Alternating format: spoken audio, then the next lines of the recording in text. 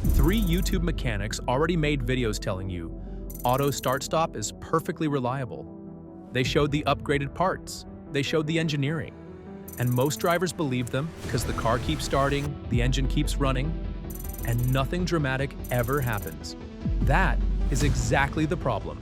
Reliability does not fail loudly, it erodes, restart by restart, cycle by cycle, until the car that was supposed to hit 200,000 miles is having a serious conversation at 140. Not because it was abused, because one feature was quietly running every serviceable part in the system at a rate nobody disclosed when you signed the paperwork. This is about what this feature does to the long game. What they told you. When auto start-stop started showing up in new cars, manufacturers had a story ready. The story went like this. Your engine shuts off at red lights to save fuel. The system was engineered specifically for this. The parts were upgraded to handle the extra workload. Everything was tested. Everything was accounted for. You have nothing to worry about. And most drivers believed it. Because why wouldn't you? It came from the factory. The dealer never flagged it. The owner's manual called it a feature. So millions of drivers have been sitting at red lights for years. Engine cutting off, engine firing back up.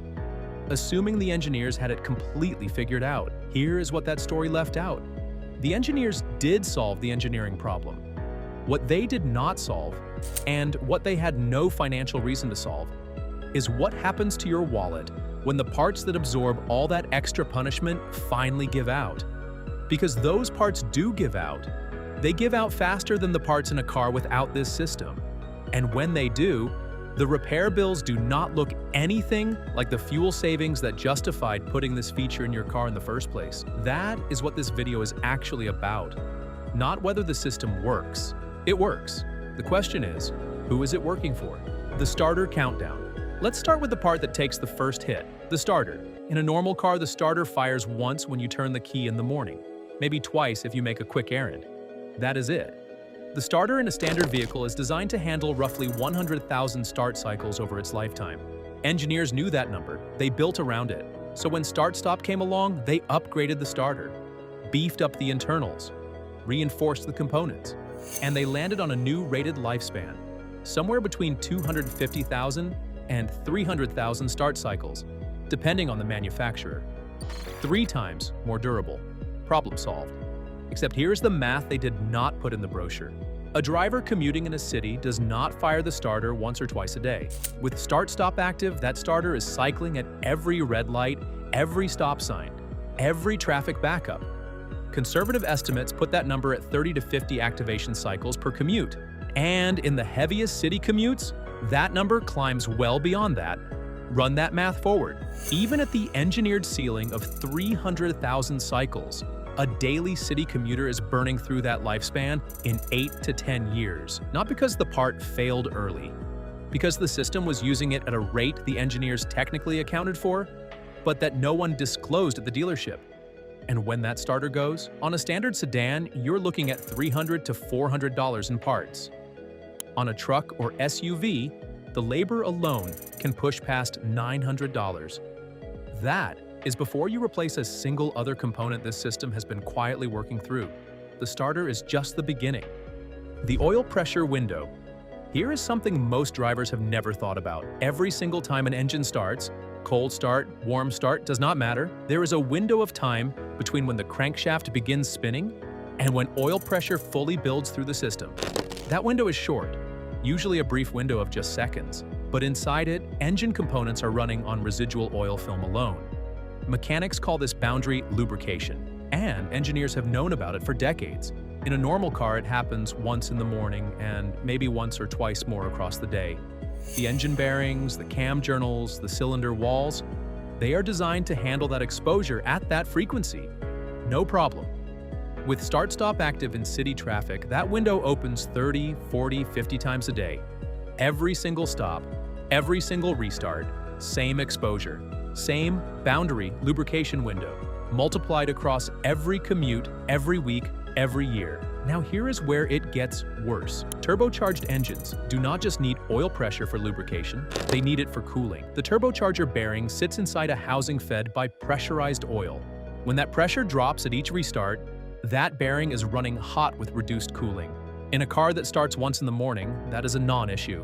But mechanics working on high-mileage turbocharged commuters are reporting bearing wear patterns that show up well before the 100,000-mile mark in vehicles that spent years in daily stop-and-go traffic with this system active. This is what mechanics mean when they say the system accelerates wear. Not that the engine explodes. That the damage accumulates quietly, restart by restart, until a repair bill appears that no one saw coming. The battery trap. You are probably thinking the battery situation is straightforward. The car needs a stronger battery to handle all those restarts. Manufacturers put in a stronger battery. Done. The reality is a little more expensive than that. Standard vehicles run a conventional flooded lead-acid battery. Reliable, cheap to replace, available at every auto parts store for $70 to $120 depending on size. Start-stop vehicles cannot use that battery. They require an AGM battery, a subsorbent glass mat, specifically engineered to handle the rapid charge and discharge cycling the system demands. The performance difference is real, but so is the price difference. AGM batteries for start-stop vehicles typically run $200 to $300 at the parts counter. Some European vehicles push higher. And because the system monitors battery health continuously, when that battery starts to degrade, the car knows before you do. It will reduce start-stop activity, flag warnings on the dash, and eventually disable the system entirely until the battery is replaced. But here is the part that catches drivers completely off guard. When the AGM goes out, the replacement has to be registered to the vehicle's battery management system. This is not a swap-and-go situation. The computer needs to know a new battery is installed so it can recalibrate its charge strategy. If a shop installs the new battery without completing that registration, and plenty of shops do exactly that, the system will continue treating the new battery like a failing old one. Shortened charge cycles, premature stress, a $250 battery worn down ahead of schedule because the reset that takes 5 minutes never happened. Most drivers find this out the second time they replace it. The AC betrayal. If you live anywhere with a real summer, this one is going to hit close to home. When the engine shuts off at a red light, the AC compressor stops spinning. On a mechanical system, which is what most vehicles on the road are running, no engine means no compressor means no refrigerant circulation. The evaporator inside your dash, the component responsible for cooling the air before it reaches you, begins warming up almost immediately. Now, manufacturers knew this was going to be a problem. Toyota and a handful of premium brands addressed it by engineering cold storage plates into the evaporator housing. These plates absorb and hold cold, so that when the compressor stops, the air passing through the cabin stays reasonably cool for up to a minute under moderate conditions. It is a real fix. It works. The problem is, most vehicles do not have it. On the majority of start-stop vehicles sold in the United States, when the engine cuts off on a 95-degree afternoon in stop-and-go traffic, the cabin temperature starts climbing within seconds. The system is designed to restart the engine if cabin heat gets extreme, which means in the heaviest traffic on the hottest days, the start-stop system is essentially defeating itself, restarting the engine not because traffic moved, but because the AC demand crossed a threshold. At that point, the system is not saving fuel. It is cycling the starter, stressing the battery, opening the oil pressure window, and providing no measurable efficiency gain whatsoever. And the feature is still running. Still logging cycles, still wearing parts. 30 degrees outside, the system works fine. 95 degrees in July traffic, the system is working against itself. And every restart is coming out of a service life you already paid for. The transmission blind spot. Here is one that almost never comes up in the dealership conversation. Automatic transmissions are hydraulic systems. The way gears engage, the way clutch packs apply, the way the whole thing moves when you press the accelerator is all driven by pressurized fluid, pumped by a mechanical pump connected directly to the engine. When the engine spins, the pump spins. Pressure builds, the transmission is ready. When the engine stops, that pump stops. Hydraulic pressure drops. And when start-stop engineers ran into this problem, they solved it the same way they solved every other problem. They added a component. In this case, a small electric oil pump that activates during every stop event to maintain pressure on the clutch packs holding first gear, so the transmission stays engaged and ready to move the moment the engine restarts. That solution works. The transition is smoother than it would be without it. But that electric pump is not a part most drivers know exists. It is not covered in the standard maintenance schedule, and it does not last forever. When it starts to fail, the symptoms are subtle at first. A slight hesitation when the engine restarts. A brief, soft feeling in the transmission before it fully engages, easy to dismiss. easy to attribute to something else. By the time the hesitation becomes noticeable enough to bring to a shop, the repair conversation gets complicated fast, because now you are not just talking about the pump. You are talking about the clutch packs it was supposed to protect during every one of those stop events where pressure dropped before the pump fully compensated. Repair conversations that rarely start below a few $100s, and that is before the deeper inspection. Every solution in this system generates a part. Every part has a lifespan, and none of them were on your radar when you drove off the lot. The fuel savings math attack. Let's talk about the number that was used to justify all of this. Fuel savings. The reason start-stop exists, the reason it was marketed, the reason it is still active by default in almost every new vehicle sold today. Research consistently shows the system delivers somewhere between 5 and 10% improved fuel economy in real-world stop-and-go city driving conditions. That is the range. That is what the data says. Now apply that to a real car. Take a vehicle getting 24 miles per gallon in city driving. 10,000 city miles per year, already a generous estimate for how many of those miles are spent in actual stop-and-go conditions. At $4 per gallon, that driver is spending about $1,660 a year on city fuel. A 10% improvement saves $166. A 5% improvement saves $83. That is the upside per year in a best-case scenario. Now run the other side of the ledger. One AGM battery replacement, $250 to $300, needed earlier than a conventional battery would be. One starter replacement on a mid-size SUV. Parts and labor combined, $800 to $1,200 depending on the vehicle. One electric transmission pump failure. Repair conversations that rarely start below a few $100s once labor is included. And that is before a single conversation about turbo bearing wear or engine bearing clearances that widened faster than they should have. The fuel savings do not cover the first battery replacement. They do not come close to the first starter job. And the drivers paying those bills were told at purchase that the system was there to save them money. The math was never going to work in your favor.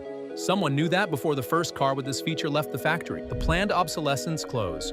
So if the math does not work for the driver, who does it work for? Follow the parts chain. Every start-stop vehicle requires a premium AGM battery that costs 2 to 3 times more than the conventional battery it replaced. Every start-stop vehicle carries a heavy-duty starter engineered to a specific cycle limit, a limit the manufacturer knows, tracks, and in some cases monitors through the vehicle's own computer. Every start-stop vehicle adds components: electric pumps, boost converters, sensors, cold storage evaporator plates on the ones that bother, that did not exist in the previous generation of the same car. Every one of those components has a service life. Every one of them generates a repair visit, and every one of them costs significantly more to replace than the simpler part it upgraded from. Now add the engine wear dimension. Not catastrophic failure, not the engine dropping on the highway, the slow accumulation of boundary lubrication events, restart by restart, that pushes engine-bearing clearances wider over time and moves a vehicle's major repair threshold closer. A car that might have run cleanly to 180,000 miles now needs a serious conversation at 140,000. Not because it was abused, because the restart counter on a daily city commute does not lie. Manufacturers did not design start-stop to ruin your engine in 5 years. The reality is quieter than that. They designed a system that meets a regulatory target, generates ongoing parts revenue, and gradually shortens the interval between you and your next vehicle purchase. And when the bill comes, the battery, the starter, the pump, the bearings, the feature that drove it will not be listed anywhere on the repair order. You will just be told it is wear and tear, which technically it is. Here is what you can do right now. Every vehicle with auto start-stop has a button to disable it, usually marked with an A in a circle. Press it every time you start the car and the system will not activate for that drive. It will reset the next time you start the engine, which means it takes one habit, press the button before you pull out, to remove this system from your daily wear equation entirely. If your vehicle has a permanent disable option through the settings menu, use it. Not every car does. But if yours does, that is a 10-second decision that removes a starter cycle, a battery discharge, an oil pressure window, and a transmission pump activation from every single stop you make in traffic. The battery and starter in your car are working harder than the same parts in an identical vehicle without this system. The math on fuel savings does not recover what the math on parts replacement costs. And the manufacturers who built this system knew both numbers before the first car with this feature ever left the factory. Now you know them too. If this video changed how you think about what is happening under your hood, Every time that engine cuts off at a red light, leave a comment below. And if you know someone driving a newer car who has never thought about this, send it to them.